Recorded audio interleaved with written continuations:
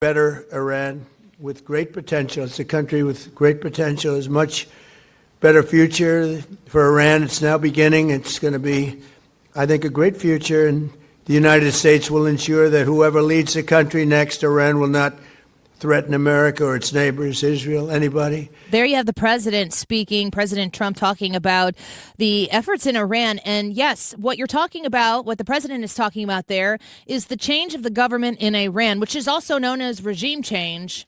Those are those buzzwords, those bold-faced words. We talked about that earlier in the week. And I came across a post from Dinesh D'Souza where he dives deep into the concept of regime change. And so I said, let's get him on the show again. So Dinesh D'Souza back with us here on the Annie Frey Show. Dinesh, thank you so much for the time today. It's a pleasure to have you back with us.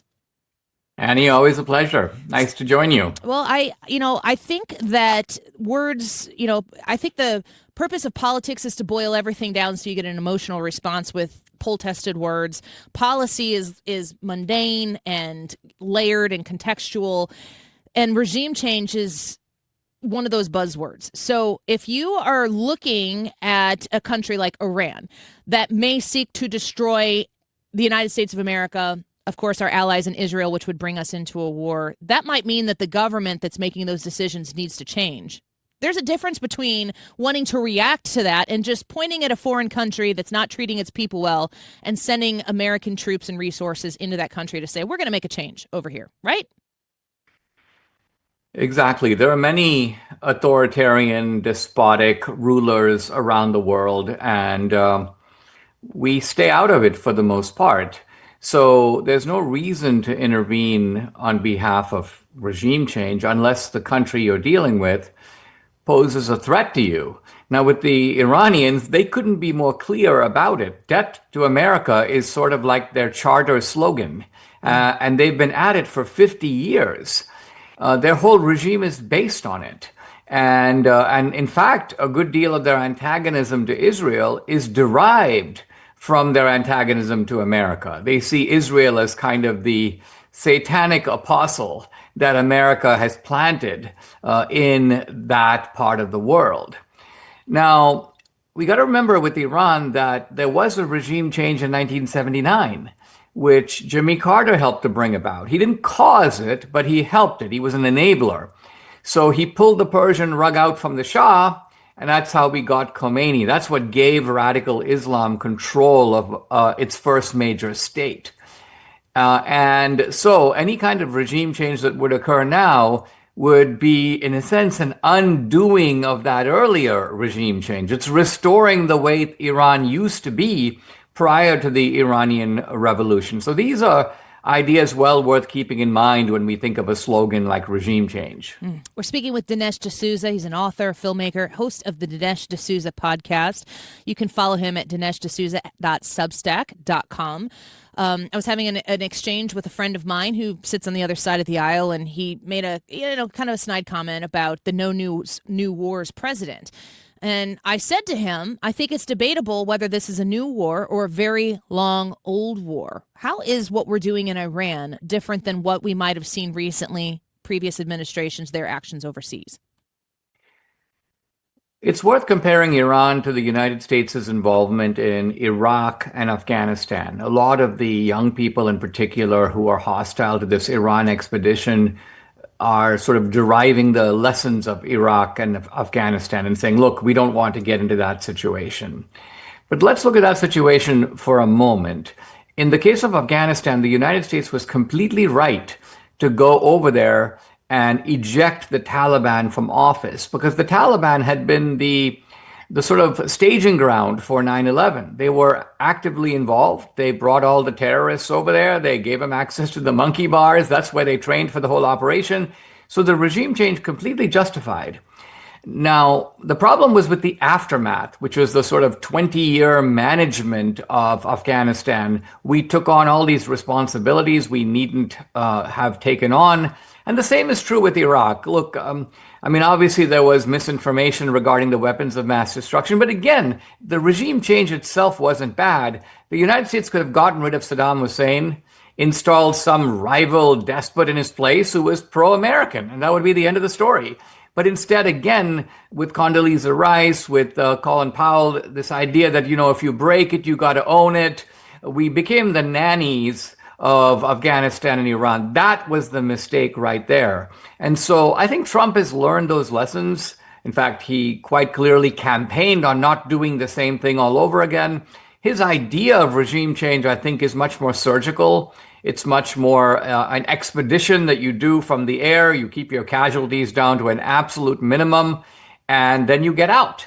And I think as long as he stays true to that, this is going to end up being a successful operation. We're speaking with Dinesh D'Souza. What responsibility, if any, will America have to Iran then after the military mission of taking out their ability to threaten and harm Americans? What obligation will we have there? None. In other words, what obligation do you have to a guy who's planning a home invasion of your house, and you go over there and disable his operation? You don't have to now take care of his family or do repairs on his house. You've immobilized a threat. You had every right to do it.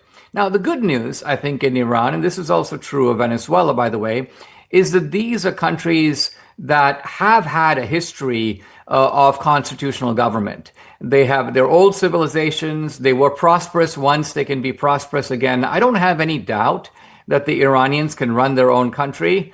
I don't have any doubt that what would follow the mullahs, even if we aren't exactly sure what it is going to be better than what is there now.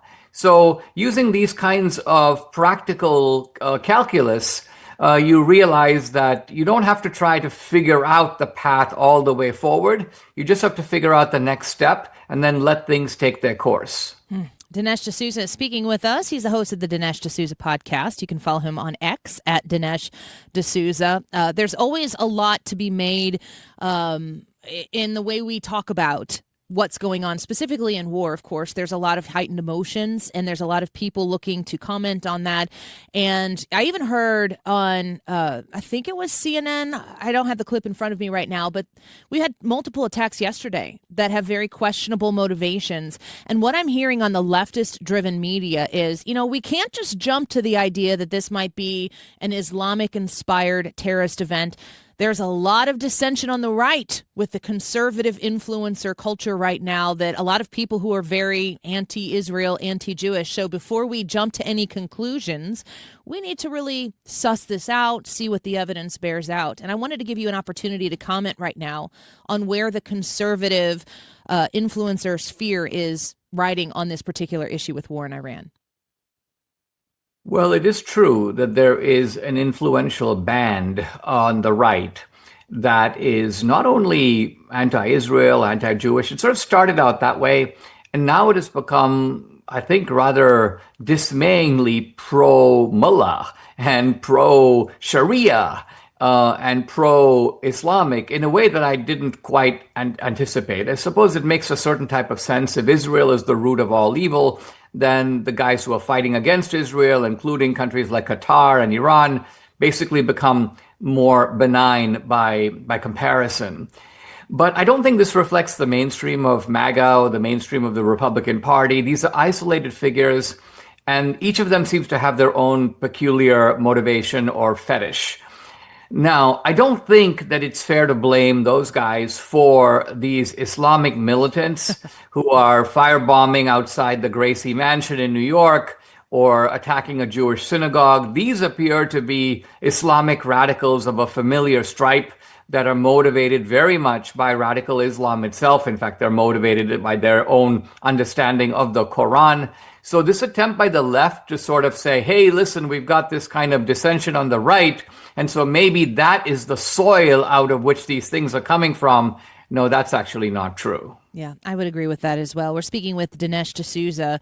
What's your guidance to people? You study history, and you're talking about generations before and regime change and how we've done it and how we've done it wrong, and maybe how the president has learned from those opportunities to do this particular minor incursion, you might say, differently than we have in the past. How do people stay straight consuming the media, the influence that is coming out on this particular issue? How do they stay educated on what's factual to conclude to their own opinion?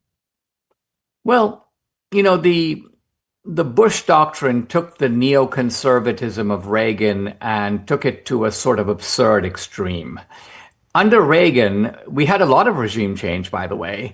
If you think about the end of the Cold War, it was one regime change after another, right? There was regime change in Poland, in the Czech Republic, which used to be Czechoslovakia, Romania, Bulgaria, and ultimately the Soviet Union itself. Russia is a different society now than it was in the communist era. So look at these multiple examples of regime change, and all of them, even Russia, worked out for the better. So if the United States is sensible, prudent, careful about the way it deploys force, judicious, plans its outcomes, knows why it's doing something, and has the resolve to see it through, you get basically a very good result. You don't have to go back to World War II, where, of course, the United States had positive regime change in Japan and Germany, and those two societies are vastly different and better than they used to be. So regime change actually has, interestingly, a rather glorious history, which gets ignored by people whose idea of history is only like 20 years old. And that's why I like to remind people of, let's just look at how regime change has turned out. It has sometimes turned out for the worse, but many times it has turned out for the better. Yeah. And I have to ask myself, the alternative, the president is looking at his options. The alternative to going in and making a very decisive and risky action, the way he is waging this war in Iran to take out their military infrastructure. Dinesh, if you look at what the options are in the alternative, what would the president be looking at? Still a regime that does say, as you said, it's their mantra, death to America. Well, I think the reason that the Iranians became such a menace is that they were completely convinced that even though the United States has all this military firepower, the United States doesn't have the will to use any of it. The United States is crippled by having these effeminate leaders who are just paralyzed in their indecisions and face domestic backlash at home, and therefore really won't do anything. And by the way, this Iranian view was borne out by the passivity of a series of American leaders who acted in exactly this way. And some of them, like Obama, even subsidized what the Iranians are doing. So Trump comes in, and I think they think, well, this is another big boaster, and he's not going to do anything either. So what Trump has really proven is his resolve. And I love the fact that he never gets intimidated by reporters who are like, well, what would you say if there are American casualties? And well, are you contemplating, sir, putting boots on the ground? And he's like, well, yeah, if we need them, I'll put boots on the ground. So in a sense, what Trump is doing is he's showing that he doesn't have post-traumatic stress syndrome from Iraq and Afghanistan.